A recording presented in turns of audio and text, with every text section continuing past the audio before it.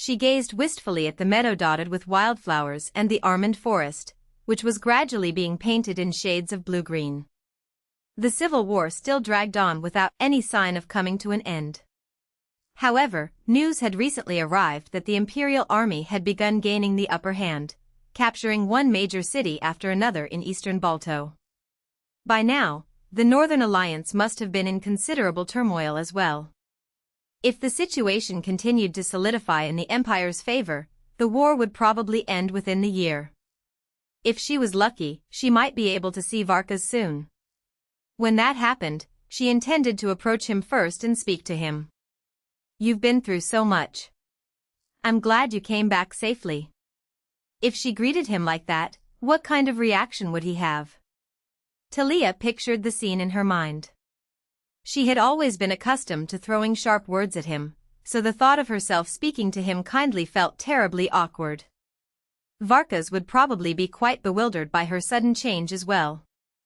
Hadn't the two of them spent all these years maintaining such a distant relationship that the title of husband and wife seemed almost meaningless? Perhaps he was even more comfortable with things the way they were now. At the thought, the anticipation fluttering in her chest subsided somewhat. What if Varkas pushes me away or treats me coldly? Would I be able to endure that? Talia had been lost in thought when she soon gathered herself. She didn't want to cower in fear over something that hadn't even happened yet. Considering how she had treated Varkas all this time, expecting him to immediately open his heart to her was nothing short of selfish. Let's not rush things. For now, she would simply start by having ordinary conversations with him. If she tried talking to him again and again, perhaps their relationship would gradually improve. Having settled her thoughts, Talia continued walking with renewed energy. Today, before the shearing season began in earnest, she planned to inspect the nearby ranches and purchase the wool they would produce that year in advance. Most merchants would want to wait until the summer market days, when wool could be sold at the highest price. But there would surely be some who were short on funds. In exchange for paying them in advance, she intended to secure their wool at a slightly lower price. Confidently making her way through the village, she headed toward the ranch to the northwest. Then, from somewhere in the distance, she heard lively music. Talia turned her head absent-mindedly and slowed her steps when she saw rows of colorful tents and flags lining the outskirts of the village. Perhaps there was some kind of celebration going on, because the scents of freshly baked bread, oil, and sweet wine wafted through the breeze. What day is it today? She turned around with a puzzled expression. The guard who had been silently following behind her like a shadow merely shrugged as though it were nothing special. It is a spring festival. Around this time of year, the villagers gather to share the food and alcohol they've stored throughout the winter, or sell them off cheaply. The man replied rather stiffly. It is an event mainly attended by humble farmers. I doubt there will be anything your grace would find particularly interesting. Talia noticed that the man clearly didn't want to take Khan to the crowded area, and her brows furrowed.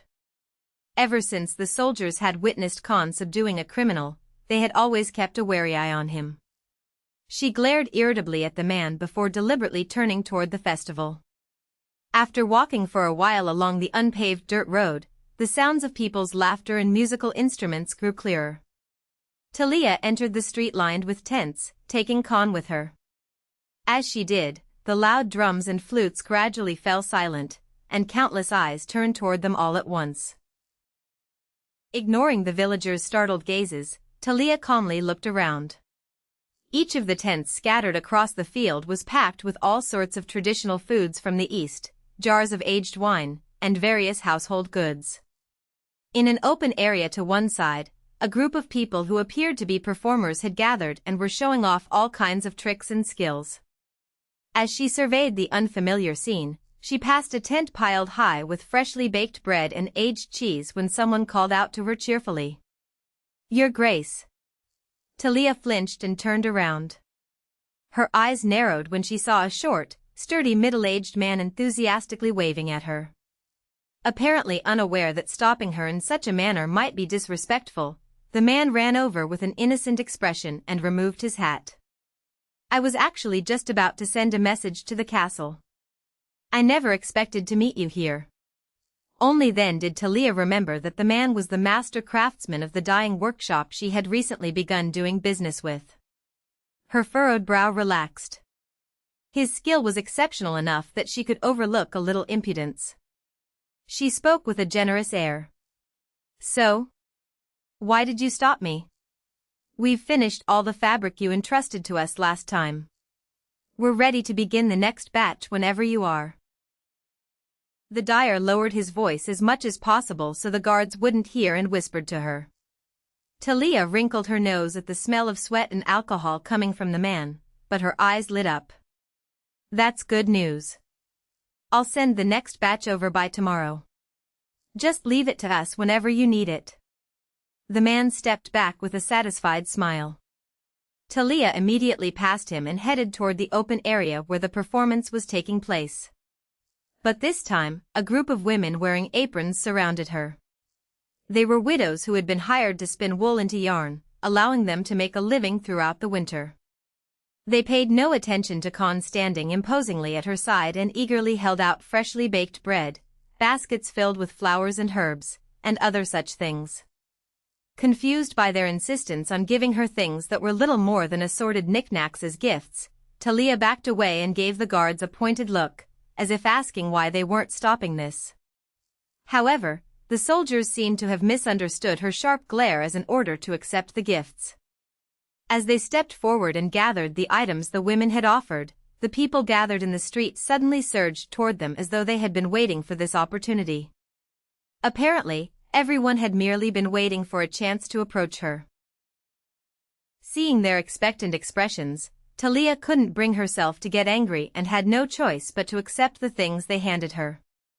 After wandering around the field for who knew how long, Talia eventually came to her senses and realized that she was covered from head to toe in flowers from all over Khmer and elaborate ornaments gifted by the villagers. Even Khan was quietly following behind her, wearing a flower crown and flower necklaces the children had given him. Apparently, the sight of the two of them was quite entertaining, because more and more people began gathering in the street. Talia looked around at the crowd lining the road in bewilderment. As though they thought she was leading some kind of parade, people had even begun scattering flowers along the road. May Khmer be blessed forever.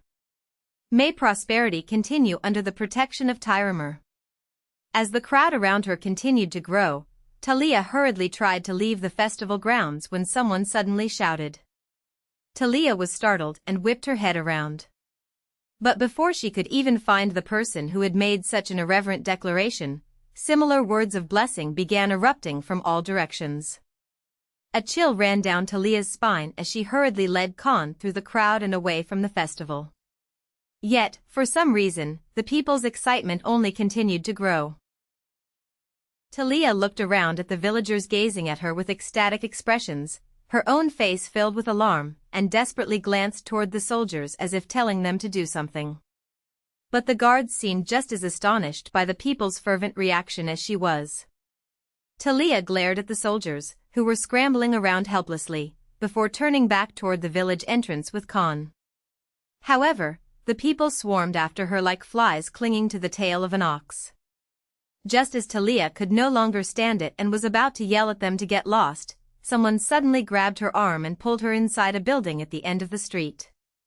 Talia stared at the person who had dragged her there in surprise. Tyuran, draped in a large robe, was looking at her with an enigmatic expression.